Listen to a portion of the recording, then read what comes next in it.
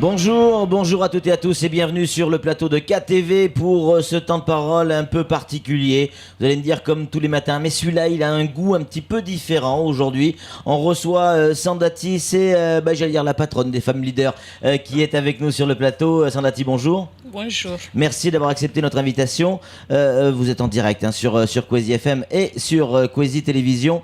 Sandati, les chiffres qui ont été évoqués hier dans France Mayotte Matin, les chiffres que Samuel Bocher est allé dénicher sur le site internet, notamment de la diplomatie française et de certains documents plus ou moins confidentiels, vous donnent raison sur ce que vous avez dit depuis déjà plusieurs mois, plusieurs années. Il y a, danger pour les Mahorais. Oui, les chiffres nous donnent raison. Dieu merci. Mais je me demande pourquoi maintenant, alors que tout le monde le savait depuis longtemps. Pourquoi maintenant? Il faudra qu'on nous donne la réponse. Pourquoi maintenant? Parce que quand on le disait il y a 10 ans, on nous disait qu'on est des racistes, des xénophobes, de je ne sais pas quoi. Maintenant, tout le monde ose hausser la voix pour parler du tabou.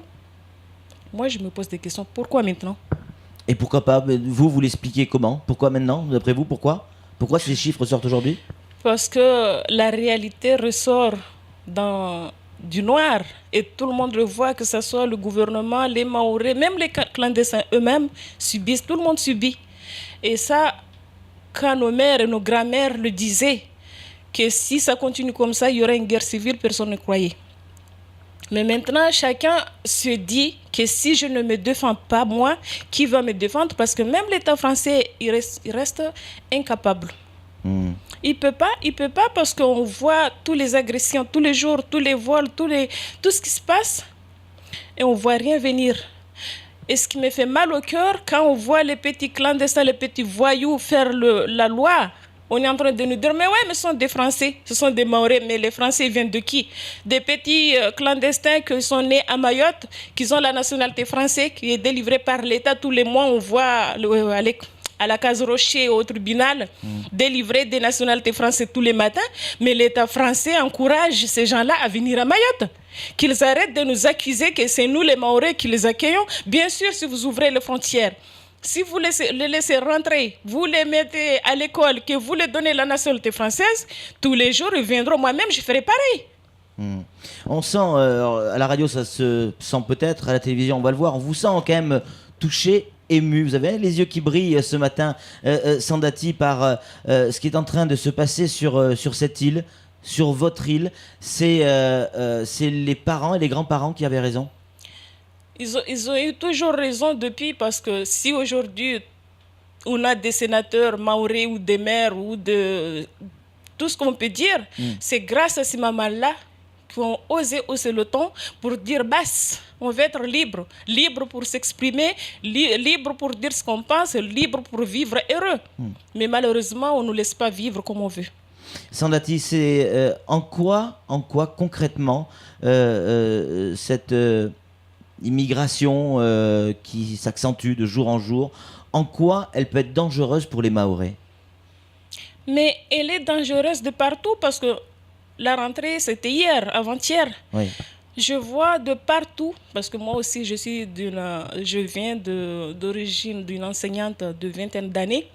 Toutes les écoles sont gonflées tous les jours et jamais on peut accuser le SMIAM, on peut accuser tout le monde, mais jamais il y aura des écoles pour tous les enfants. C'est déjà un handicap. Quand on dit que les petits Mahorais n'ont pas les capacités que le petit Français ou Réunionnais, c'est normal, parce qu'un enfant Mahorais qui va à l'école que le matin, alors que le petit Français à côté, il va le matin et l'après-midi, il a tous les atouts pour apprendre. Comment voulez-vous qu'un enfant Mahorais puisse apprendre de ces conditions-là? Il n'y aura jamais d'amélioration. Vous pouvez construire autant d'écoles que vous voulez, mais il n'y aura pas de solution tant que la question de l'immigration clandestine ne sera pas réglée. Pour vous, c'est quoi la solution, Sandati? Déjà que l'État mette tous ses moyens, parce qu'ils nous disent qu'il a des radars, des hélicos et des bateaux, mais apparemment, ça ne fait pas grand-chose. Soit ils font exprès, ils les laissent rentrer, parce que je suis sûre, quand un Kwassa quitte en juin pour regagner Mayotte, il le voit de loin. Quand il y a 4 Kwassa, Ils attrapent un, mais les 3, ça rentre. Je ne sais pas s'ils font exprès de les laisser rentrer. Soit ça leur échappe, soit ils sont inefficaces, je ne sais pas. Mais d'abord, l'État français, quand on nous accuse que les Maoris, ouais, c'est vous qui les hébergez nous. N'oubliez pas qu'on est des musulmanes. Quand un étranger arrive chez nous, on ne peut que l'accueillir. C'est à vous de faire en sorte de les stopper de haute mer. Quand on voit un Kwassa, vous les dites, vous êtes dans une zone rouge, retournez d'où venez. Mais une fois, le préfet de Gosse nous dit, on ne peut pas le faire parce que ça, c'est non-assistance d'une personne en danger. Il n'a qu'à demander au gouvernement comorien de veiller à ce que ce Kwassa ne rentre pas ici. C'est le gouvernement comorien premier qui incite ces gens-là à partir quand il est là en train de dire Mayotte est comorien, Mayotte est comorien. Ils peuvent beau dire que Mayotte est comorien, mais nous, on est libre et on est français. Et ça, je suis sûre que pour eux, ça ne leur fait pas... Ils ne sont pas heureux. Ils sont tellement méchants que dans leur misère, ils voudraient qu'on aille le rejoindre. Parce que s'ils étaient humains, ils voient la misère qui est aux Comores, ils auraient dit stop, il faut qu'on trouve une solution. Mais au lieu de chercher des solutions, ils sont là à crier haut et fort Mayotte et Comorien. Et alors, ça change quoi chez eux? Qu'est-ce que vous dites à ces gens qui disent les Mahorais sont les premiers à avoir un Comorien chez eux et à l'exploiter en situation irrégulière? Vous l'avez entendu ça déjà? Oui, je l'attends tous les jours. Même ce matin, il y a un élu qui a dit que les Mahorais hébergent. On les héberge certes parce qu'on les a laissés rentrer. Si vous ne voulez pas qu'on les héberge chez nous, stoppez-les dès là-bas. Faites en sorte qu'ils ne rentrent pas chez nous. Faites en sorte qu'ils n'aient plus le moyen d'aller à l'école ni d'avoir de nationalité française. Si vous les laissez, comment voulez-vous, vous qui les donnez les nationalités françaises, c'est vous qui les nourrissez? Vous savez où se logent? Non. Ce sont les Mahorais qui subissent tous les jours parce qu'ils sont humains. Samuel Baucher, le rédacteur en chef de France Mayotte Matin, une question à vous poser, Sandati. Tout à l'heure, vous avez évoqué l'idée du principe d'une guerre civile. Est-ce que vous croyez qu'on a atteint le cap du supportable? En tout cas, la guerre civile n'est pas loin. Parce qu'il y a 2 ou 3 personnes qui osent le dire haut et fort, mais toute la population de Mayotte le pense. Toute la population de Mayotte a ras-le-bol de voir tous ces misères, tous ces gens-là autour. Et il n'y a rien qui se fait. Ce sont eux qui font la loi et la pluie et le beau temps. La guerre civile viendra. Je ne sais pas quand, mais elle n'est pas loin. Mais quand vous dites ça fait froid dans le dos, ça fait peur ce que vous dites, Sandati. Là, on n'est pas dans une propagande politique ou autre, c'est ce que vous pensez sincèrement? Ce que je pense sincèrement, parce que je ne fais que voir ça tout le matin. Il n'y a personne qui ose dormir chez lui, dormir tranquille, je ne crois pas. Tu dors, mais tu as toujours un œil ouvert et l'oreille qui écoute ce qui se passe dehors. Et je suis sûre que ce n'est pas les petits Mahorais qui sont là. Non, ce sont des gens qui arrivent, qui n'ont rien à manger, qui veulent vivre comme nous, qui vont faire tous les moyens pour pouvoir vivre comme nous et ils sont prêts à tuer. Et on les voit tous les jours. Mais est-ce que vous pensez qu'il y a véritablement une solution? On le dit souvent sur cette antenne. On est à 60 km de l'un des pays les plus pauvres au monde. On a, nous, la chance d'être en France, dans l'un des pays les plus riches au monde. Vous le disiez tout à l'heure, Sandati, si on était à leur place, on ferait pareil. On amènerait nos enfants à l'école. On les amènerait dans les hôpitaux. On ferait pareil. Oui, et je ne les en veux pas. Ouais. J'en veux au gouvernement comorien qui les laisse partir. Et j'en veux aussi au gouvernement français qui laisse faire. Ces gens-là sont des victimes. Et si j'ose dire, tout le monde est coupable dans cette histoire des clandestins à Mayotte. Tout le monde est coupable. Que ce soit le gouvernement français, que ce soit le gouvernement comorien, que ce soit les Mahorais eux-mêmes, tout le monde est coupable. Sam? Oui, pas de question, mais c'est cette situation qui est un peu particulière. Il y a aussi le problème des franco-comoriens. Comment est-ce qu'on pourra gérer ce problème? Ils sont français ou ils sont comoriens ou plus français? Comment est-ce qu'on doit aborder cette problématique? Parce qu'ils sont là. Si c'en est une. Si c'en est une. La question n'est pas franco-comorienne. La question est de réguler l'immigration clandestine qui est à Mayotte. Qu'ils soient français ou comoriens, ce qu'ils veulent, c'est leur problème. Mais si chacun vivait sa vie comme il veut, en respectant l'autre, il n'y aurait pas de souci. Mais chez nous, on a remarqué qu'il n'y a plus de respect, il n'y a plus de dignité. Tu vois quelqu'un débarquer chez toi sans demander le pourquoi, ni dire entrer, nous on dit non, il rentre parce qu'il veut rentrer, c'est lui qui fait la loi. Moi, une fois, j'étais dans mon champ, je vois des jeunes qui rentrent, qui cueillent des mangues, je demande qui vous êtes, mais toi, qui tu es? J'ai dit, je suis le propriétaire. Ah, nous, on nous a dit qu'à Mayotte, on peut tout ramasser. J'ai demandé, est-ce qu'en juin, on peut faire ça? Mais il dit non, mais à Mayotte, si. Je dis, c'est normal, à Mayotte, vous pouvez. Parce qu'ici, on ne s'est pas tué. Alors qu'en juin, si j'ose ramasser une mangue par terre, on me tue tout de suite. Si c'était le cas, que c'était les Maoris qui devraient aller en juin, il n'y aurait plus de Maoris. Justement, pour conclure, il nous reste quelques 2 minutes.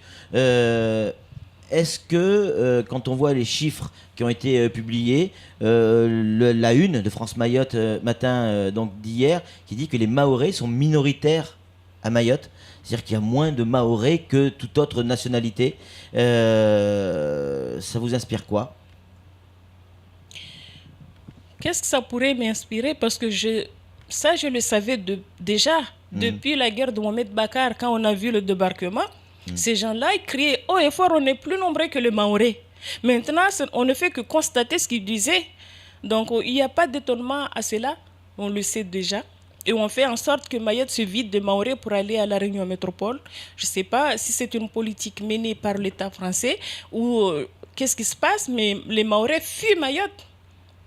Il y a longtemps, c'était en 2001, Marcel disait dans un meeting qu'un jour Mayotte brûlera. Et quand ça brûlera, ce sera les pauvres qui vont brûler parce que ceux qui ont les moyens partiront. Moi, je ne comprenais pas ces propos ce jour-là. Maintenant, je comprends. Quand il y aura le misère, quand il y aura tout ce qu'il va en avoir, ceux qui sont capables de trouver un billet pour partir à la Réunion métropole partiront. Mais, et ceux qui n'ont pas les moyens d'avoir ce billet-là, qu'est-ce qu'ils vont devenir? Sandati, merci beaucoup d'être venu sur ce plateau. On a encore évidemment une tonne de questions à vous poser. Vous êtes nombreuses ou nombreux à penser comme vous à Mayotte? Je dirais que malgré qu'on dise que Mayotte, il n'y en a que 50% de Mahorais, il y a 80% des femmes mahoraises qui pensent comme moi. Et je ne sais pas quand est-ce qu'on va se relever et dire stop. Parce que si les Mais le femmes... Mahorais n'est pas comme ça, n'a pas tendance à être violent. On nous a poussé. C'est pas le Mahorais, ça qu'on connaît. C'est pas le Mahorais, on n'est pas violent, mais on nous pousse à faire des choses qu'on ne veut pas. Parfois, quand tu es intimidé, quand tu es bousculé, quand tu fais des choses que tu ne penses même pas y faire. Donc, c'est le cas aujourd'hui. Merci beaucoup Sandati d'être venu sur le plateau. On vous rappelle que vous êtes la responsable des femmes leaders à Mayotte. On aura l'occasion d'y revenir. Nous on se retrouve juste après pour la suite de nos programmes. Merci.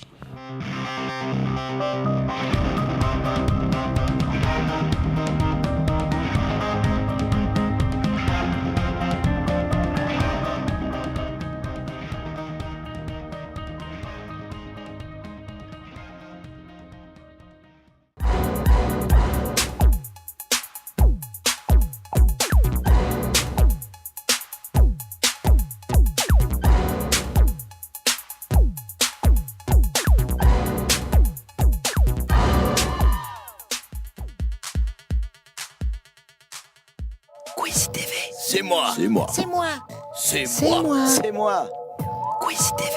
C'est moi. C'est moi. C'est moi. Bonjour, Kwesi TV, c'est comme ça. C'est moi. C'est moi. C'est moi. C'est moi. Kwesi TV, c'est la vie. C'est moi. C'est moi. C'est moi. Oui, je regarde la Kwesi TV. Moi aussi, j'adore Kwesi TV. Kwesi TV, c'est très bon. C'est moi. C'est moi. C'est moi. C'est moi. Kwesi, c'est number one. C'est moi. C'est moi. C'est moi. Kwesi, alors, en France. C'est moi. C'est moi. C'est moi. Kwesi TV, c'est très bien. C'est moi. C'est moi. C'est moi. C'est moi. Oui, monsieur, je regarde Kwesi TV, c'est très bon. C'est moi. C'est moi. C'est moi. C'est moi. Kwesi à la folie. C'est moi. C'est moi. Oui, je regarde Kwesi TV, c'est très bon. C'est comme ça, c'est très bon. C'est moi. C'est moi. C'est moi. Kwesi, c'est nous. C'est moi. C'est moi. C'est moi. C'est moi. C'est moi. C'est moi. C'est moi. Tous les lundis à 20h, c'est vous qui posez les questions aux personnalités de l'île. Mettez-vous à l'aise car vous allez répondre aux questions que se pose la rue. Dans Face à la rue, les grands noms de Mayotte sont obligés de répondre à vos questions. Politiques, économiques, sociales ou syndicats, tous passeront dans Face à la rue. Tous les lundis à 20h, vous avez rendez-vous avec Face à la rue. Face à la rue, le magazine qui tient compte de vos questions. Quizy TV.